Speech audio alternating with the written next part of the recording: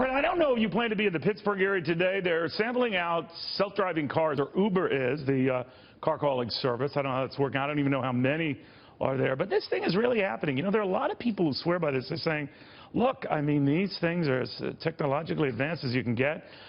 They pay constant attention to the road, whereas most drivers do not, and they have a pretty good record. I don't know, it alarms me, but that's just me.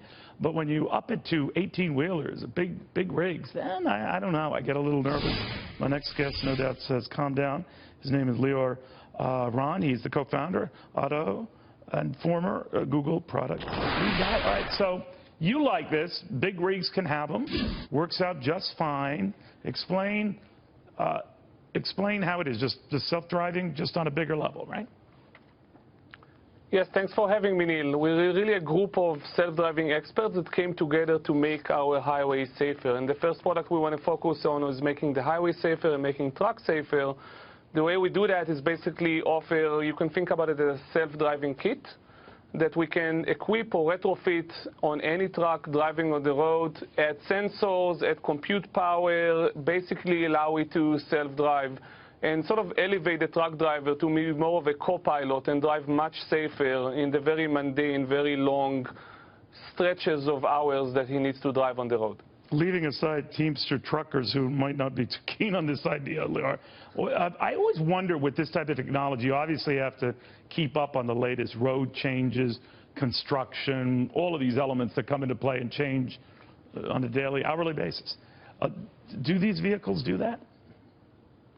Absolutely.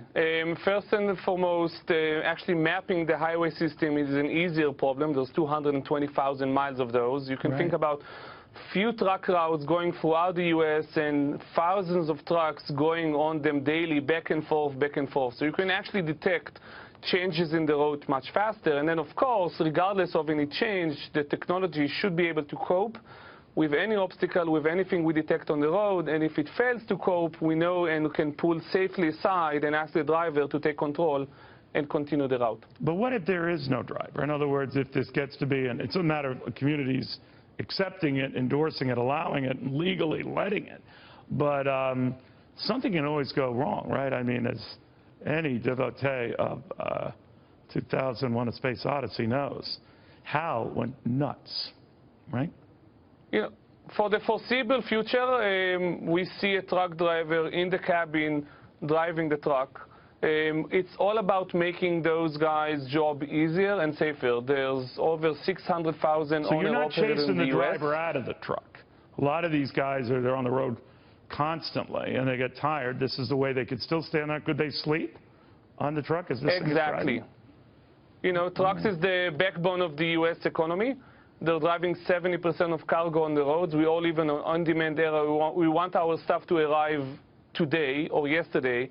Yeah. So there's more and more demand for trucks, but less and less supply. Those guys are being asked to overwork, undersleep. This is all about making them safe, allow them to drive rather than only 9 hours a day, actually making a livelihood for a full 24/7 from the same track, the same asset. See, they're that they skeptical, Lior, though. They say you're trying to push them out of a job. You say what?